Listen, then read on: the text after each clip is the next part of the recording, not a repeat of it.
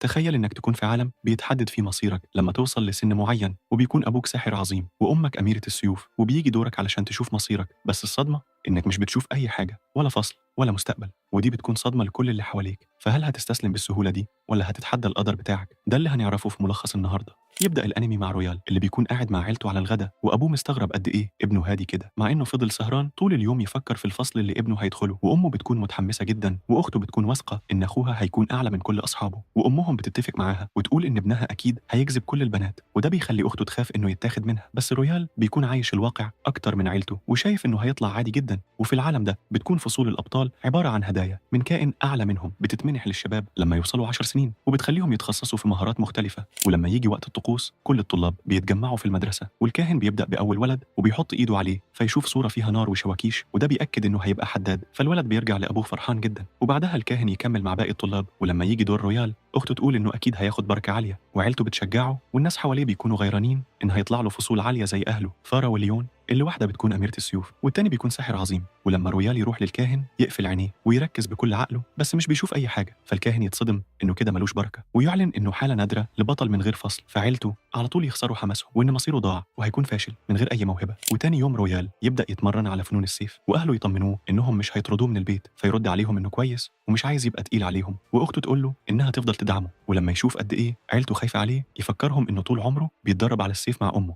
يعني لسه يقدر يكون مفيد حتى من غير فصل. بس من جواه شايف إن أمه معلمة فاشلة، لأنها دايما بتطيره بعيد في التدريب بالقوة بتاعتها. ولما يخلص كلام أمه بتبقى فرحانة وبتقول إن ابنها حكيم، وأبوه يفتكر إنه ممكن فعلا يلاقي شغلانة بجد. بس رويال بيتعصب من اهتمام أهله الزيادة ويسيبهم ويروح ساحة التدريب. ولما يكون داخل يلاقي اتنين من فئة السيوف بيتبارزوا، ولما يشوفوه يسألوه هو جاي يعمل إيه من غير فصل، فيرد إنه جاي يتدرب زيهم. بس الولاد يقولوا له إنهم مش محتاجين يتدربوا أصلا، لأن فصلهم بيديهم المهارة تلقائي، وإنهم بيلعبوا بالسيوف وخلاص. وبعدها يقترحوا عليه يعرضوا مهاراتهم، وبيبدأوا يتبارزوا تاني ويوروه المهارات اللي خدوها من فصل السيوف. ورويال وهو بيتفرج يلاحظ قد إيه حركاتهم مظبوطة بسبب الفصل، فيطلب منهم يبارزوه. فواحد فيهم يستغرب من جرأته إنه يتحداهم من غير ما يكون عنده فصل، بس رويال مقتنع إنه مش محتاج فصل عشان يقاتل. فالواد يحس بالإهانة ومش بيمانع التحدي عشان يهزمه. وقبل ما يبدأ القتال يسأله يتأكد إنه لسه عنده بركة الحماية، واللي هي درع مؤقت كل الناس بتاخده من ساعة ما يتولدوا، وبيرجع يتشحن لما صاحبه ما يتعرضش لأي ضرر. فرويال يقول له إنه لسه تمام. فالولد يحذر رويال إنه ممكن يخسر حياته ويقول له يستعد، بس رويال يفضل يتنمر عليه. فالواد بيتعصب ويهجم عليه بالسيف، وساعتها رويال يصد الضربة بسهولة وده يصدمه، وبعدها يتفادى ضربة تانية قبل ما يمسكه. فصاحبه يفتكر إنه بيتسلى ويقول له يخلص بسرعة، بس الواد يقول إن رويال مش سهل، ومع تبادل الضربات يكتشف إنه مش قادر يهزمه لوحده، فيغش ويطلب من صاحبه يساعده. فصاحبه ينط على رويال من وراه، بس رويال يتفادى الهجوم ويشوف الاتنين بيتخانقوا مع بعض، فيفهم إن الفصل بتاعهم مش بيساعدهم على التعاون، فيستغل الفرصة وينقض عليهم عشان يخلص. فالاتنين بيلاحظوا إنه جاي، بس فجأة يختفي ويظهر تحت واحد فيهم ويضربه ويخليه يغمى عليه. فالتاني يهجم على رويال بس بيتكعبل في صاحبه، وده يدي رويال الفرصة يهزمه هو كمان. وبكل هدوء يقول لهم إن هو اللي كسب، بس الاتنين يتعصبوا ويقولوا له إنه غدر بيهم وهجم عليهم وهم مش مستعدين، وطلبوا من رويال مبارزة تانية، وطبعا مش بيمانع. بس قبل ما يبدأوا بيجي واحد من وراهم يحذرهم ويفكرهم إن في أرض المعركة مفيش مبررات زي دي، وما يسمحش ليهم يعيدوا بنفس الأعذار السخيفة دي، وإنهم عار على كل مبارزين السيوف. فواحد منهم يحاول يرد عليه، بس صاحبه يخليه يسكت ويفكروا إن الولد ده ليه مكانة عالية. وبعدها الشخص ده يروح لرويال ويسأله لو كان ابن فارا أميرة السيوف، فرويال يقول له أيوة. فالشخص ده يمدحه ويقول له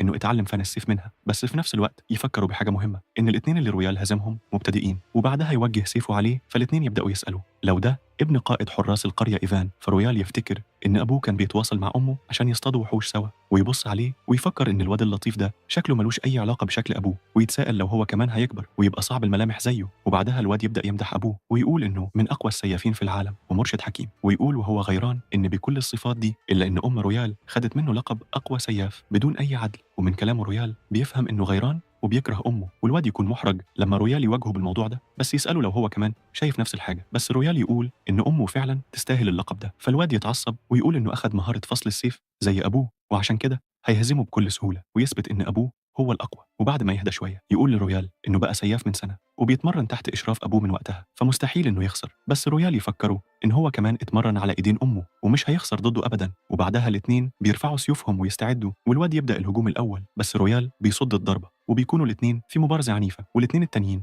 بيتفرجوا ويتصدموا من إن رويال بيواجه ابن إيفان مع إنه من غير فصل، ورويال وهو بيتابع ضربات الواد يقول له إنه أقوى بكتير من الاتنين التانيين، بس بيلاحظ إن حركاته عشوائية فبيستنى غلطة منه عشان يهاجمه، بس الواد يفاجئه ويعمل مهارة اسمها الضربة المزدوجة، يرجع لورا ويخبط في الحيطة. فرويال يسأله عن الضربة دي فيشرح له إنها مهارة لفصل السيف ومحدش من غير الفصل يقدر يصدها. فرويال يقول إن مع التدريب الكفاية يقدر يتعلم يصدها هو كمان. فالواد يمدحه على إصراره، وبتعدي الأيام ونشوف أخت رويال وهي بتصحيه، بس رويال يقوم قبل ما تلمسه ويخبطها بعيد ببرود فتتعصب وتطلب منه يتأسف، بس هو يسيبها ويمشي عشان ياكل، والعيلة كلها تقعد تاكل سوا. فأخته تسأله لو كان ناوي يروح يتدرب تاني فيقول لها أيوة، فتتعصب وتقول له يبطل شوية ويقعد معاها، بس هو يسيبها ويمشي. فأخته تستغرب ليه رويال بيروح التدريب كل يوم من ساعة ما رجع للبيت متبهدل ومضروب، بس فارة تطمنها وتقول لها إن في سر هي مش عارفاه، وتاخدها بره وتفتح علبة مليانة سيوف مكسورة وتوريها قد إيه رويال كان بيتدرب بجهد الأيام اللي فاتت. فهي تنصدم، ففارة تبقى فرحانة إن ابنها بقى شجاع بعد المبارزة مع العيال التانيين، وإصرار رويال يفرح أخته برضه، بس من جواها بتتمنى إن يكون في عالم مفيش فيه عنصرية ضد الناس اللي من غير فصل. وفي نفس الوقت في الغابة رويال بيضرب هدف خشبي على شجرة وهو بيتدرب، وبعدها يرجع خطوتين ويعمل ضربة مزدوجة زي اللي عملها ابن إيفان، وشايف إنه يستاهل الضرب اللي أخده عشان يتعلم. بس في نفس اللحظة غول يهجم عليه مرة واحدة، بس رويال بيلف بسرعة ويعمل عليه الضربة المزدوجة ويحس بالرضا بالمستوى اللي بقى فيه. بس فجأة يسمع صوت غول ضخم من وراه فيروح بسرعة يبلغ الحراس، بس بيسمع صويت والصوت ده يبان إنه مألوف، فيفكر إن ما عندوش وقت يجيب الحراس ويمسك سيفه ويجري للغابة وهو بيطمن نفسه إنه هيكون بخير. وأول ما يقرب من مصدر الصوت بيشوف من ورا الأشجار الواد ابن إيفان وإيده مليانة دم. وقتها يلاحظ غول ضخم واقف فوق الواد وكأنه هيخلص عليه، ويستغرب إزاي ظهر فجأة، وبعدها يفهم إن الواد كان بيتدرب زيه بالظبط وهزم غيلان صغيرة، وده اللي جذب الغول الكبير ليهم. والغول الكبير بيدفع الواد لحد ما يحشره في الركن، فرويال يزحف وراه ويفكر في أحسن زاوية يهاجم منها، والولد يحس إن دي نهايته خلاص، والغول يرفع عصايته عشان يخلص عليه، بس فجأة رويال يقطع جسمه بالضربة المزدوجة،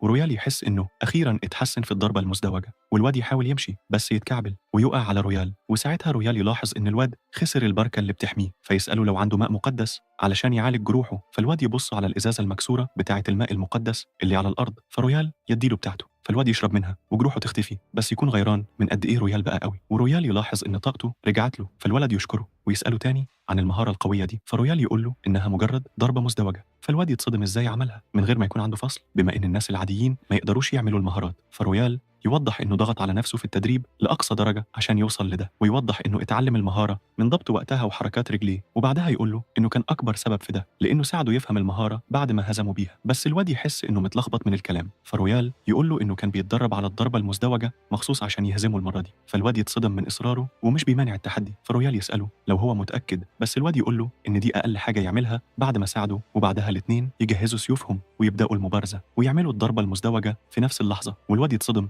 لما يلاقي رويال عرف يصد الضربتين، وفجأة يلاقي هجوم تالت يهزمه، فيسأله وهو مصدوم ده كان إيه؟ فرويال يقول له إنه ضاف ضربة تالتة، فالواد يقول له إن اسمها ضربة مزدوجة، بس رويال يوضح إن بما إنه مش واخد المهارة دي من الفصل فيقدر يشكلها بالطريقة اللي هو عايزها، ويكشف له إن دي أول مرة ينجح فعلا فيها. فالواد يكون محبط لما ياخد الضربة التالتة ويفكر إن فصل السيف المفروض ما ينهزمش، بس رويال يقول له إنه هيثبت ده في المعركة الجديدة، والاتنين يرفعوا سيوفهم من جديد. والواد يحاول يهدى ويفكر إن السرعة هتخليه يكسب على رويال، ولما يعملوا الضربة المزدوجة الواد يركز عشان يصد الضربة التالتة، بس سرعتها بتخليه يتصدم وتخليه يقع تاني مع إنه حاول يصدها. فرويال يشاور بالسيف عليه ويقول له إن النتيجة كانت متوقعة، فالواد يسأله إزاي الضربة التالتة بتاعته سريعة كده، فرويال يقول له إنه اتعلم الخدعة دي منه هو كمان، ويكشف إنه بيتحكم في أول ضربتين ويخليهم أبطأ وبيركز بكل تركيزه في الضربة التالتة. فالواد يكون غيران جدا من بعد ما خسر من حد مش من فصل السيف أصلا، ورويال يمشي وهو فرحان. وبعد كام يوم لما يكون قاعد ياكل مع أهله فارة تقول إن ابن إيفان هيكمل التدريب في بريا، فرويال يستغرب ويسأل إيه هي بريا، فهي تشرح له إنها مدينة السيوف وتقول له إنها كانت بتتدرب فيها قبل ما تتجوز. ورويال يتحمس جدا إنه يروح مدينة بريا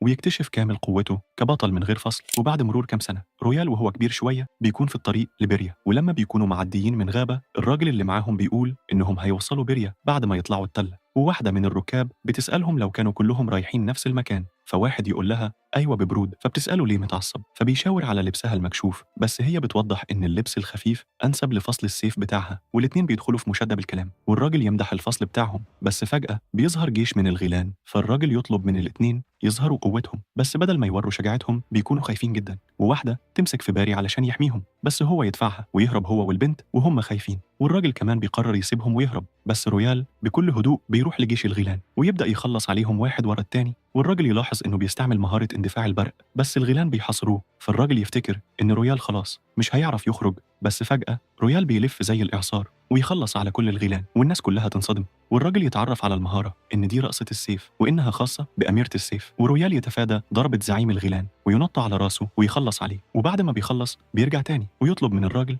يوصله بريا، ولما يقول إنه عايز يبقى أحسن فيها الراجل يندهش ويقول له إنه أصلاً كفاية عليه اللي هو فيه، والواد اللي معاهم يتحمس وبيسأل رويال عن الفصل بتاعه، بس هو يصدمهم ويقول إنه ملوش أي فصل خالص، وبنرجع بالزمن وقت ما رويال عرض على أمه الضربة المزدوجة، وبتكون فرحانة وفخورة جدا بيه، بس بيشرح لها إنه يقدر يتعلم مهارات حتى من غير ما يكون عنده فصل، وبعدها طلب إنه يتعلم مهارات أميرة السيف قبل ما يسافر علشان يتدرب أكتر، ففارا انبهرت بموهبته وبدأت تفتخر بيه للعيلة كلها، وبنرجع تاني لما الراجل بيقول لرويال إنهم وصلوا خلاص، ورويال بيلاحظ كل السيافين حواليه وبيكتشف إن في كتير منهم في فصول أعلى، ويسأل الراجل عن فصله، بس الراجل يقول له إنه شخص عادي، بس رويال يقول له إنه واضح إنه فاهم مهارات السيافين كويس جدا، وده معناه إنه أكيد من فصل السيف، فالراجل يحس إنه انكشف ويبدأ يعترف إنه فارس مقدس، فرويال يستغرب ويسأله ليه شغال في التوصيل، فالراجل يوضح إنه كل ما يتعب من الحروب بياخد استراحة ويشتغل في التوصيل، فرويال يفهم إن حتى من التدريب محتاج الواحد ياخد راحة، وبعد كده الراجل ينصحه إنه يبدأ بالانضمام لنقابة السيوف، ويقول له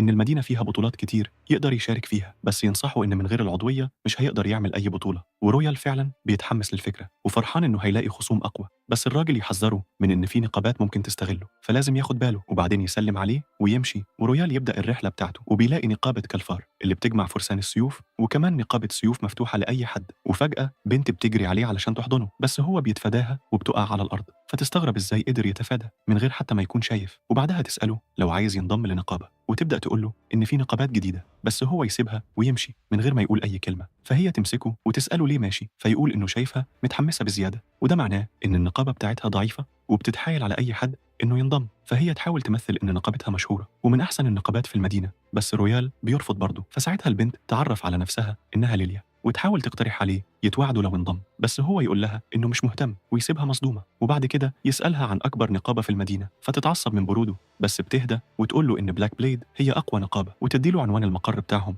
ورويال بيروح هناك ويلاقي المبنى ضخم، وأول ما يوصل حارس يروح عنده ويسأله عايز إيه، فيقول له إنه عايز ينضم للنقابة، فالحارس يقول له لازم يعمل اختبار الأول، فيمشي وراه في الصف علشان يسجل اسمه للاختبار، ولما يجي دوره الموظف يقول له إن شروط النقابة إن يكون معاك فصول عالية، بس رويال يقول له إن ما عندوش فصل، فالراجل يتنمر عليه ويطلب منه يمشي، فرويال يحاول يقنع الموظف يسيبه ياخد الاختبار لأنه مش ضعيف، بس الموظف يرفض ويقول له إن القوانين مش بتتغير، وفجأة سيافين النخبة يظهروا وبيكون باين عليهم الشهرة، وده يخلي رويال يحبط ويروح يشوف أي نقابة تانية، بس للأسف كلهم بيرفضوه، وده بيخلي رويال بيزعل جدا لأنه حتى ما عملش أي اختبار، وفي اللحظة دي يفتكر إن فارا كانت مدياله جواب توصية علشان ينضم لنقابتها القديمة، فوقتها كان فاكرها بتبالغ وخايفة عليه زيادة، بس دلوقتي يفهم إنها كانت عارفة إنه هيترفض، ولما بيكون ماشي ليليا تظهر تاني بس بيتجاهلها ويمشي، وهي تمشي وراه في شوارع المدينة وتتحايل عليه، بس رويال يرفض، فتوصل بيها إنها تبوس رجله علشان ينضم، بس برضه يسيبها وسط الناس اللي مستغربين منها، بس ليليا تقول إنها مش هتستسلم،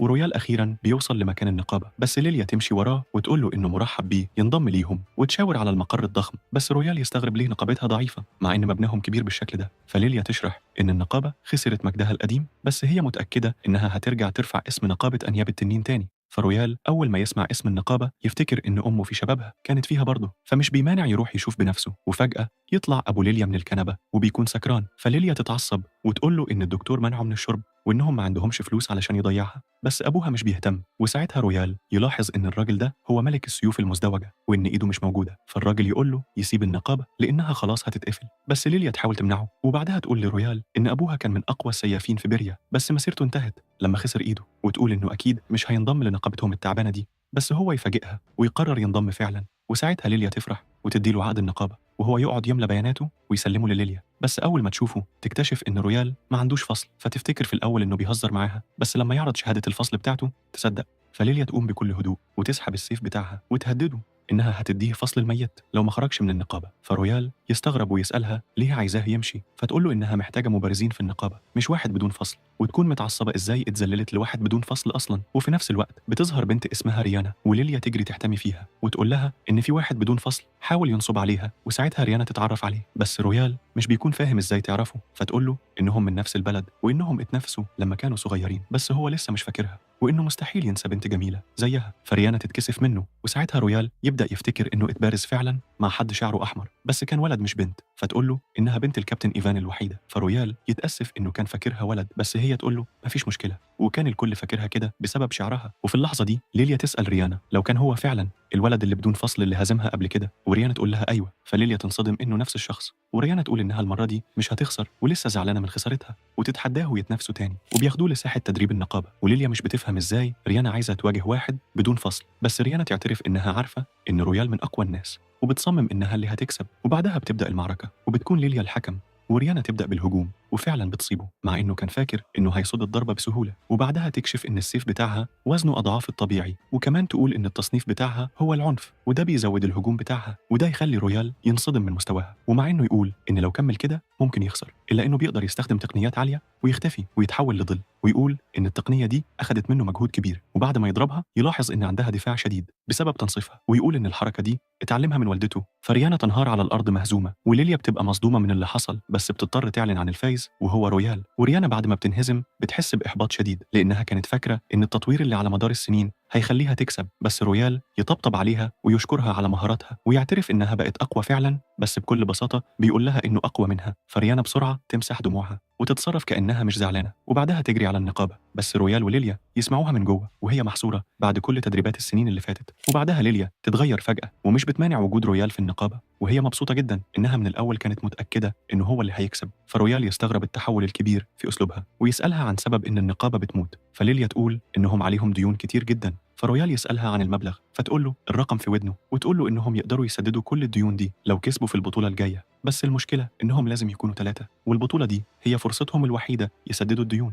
ورويال سألها ليه ريانا عايشة معاهم، فتقول له إن لما ريانا جت لبريا كل النقابات الكبيرة رفضتها، بس أبوها شاف فيها موهبة وجابها النقابة عندهم، وعلشان كده ريانا دلوقتي مدينة ليهم. ورويال يفهم ويقول لها إن البطولة هتكون سهلة وهيقدروا يسددوا الديون منها، بس ليليا مش بتكون مطمنة لأن الخصوم بيكونوا فرق من 5 وهم 3 بس، وليليا كانت خايفة من كده. بس رويال بيتحمس ويقول إنه أصلا في بريا علشان يواجه أعداء أقوى. وفي الوقت ده أبو ليليا كان بيتفرج من بعيد وبيلاحظ مهارات رويال ويمشي بعد ما يتأكد إن عنده إمكانيات عالية. تفتكروا بقى هل فعلا رويال هيقدر يساعد البنات في تسديد الديون ولا لأ؟ ده اللي هنعرفه إن شاء الله في الحلقات اللي جاية. وبس كده، ما تنساش الاشتراك واللايك الجميل، وأشوفكم الفيديو الجاي، وشكرا على المشاهدة والسلام عليكم.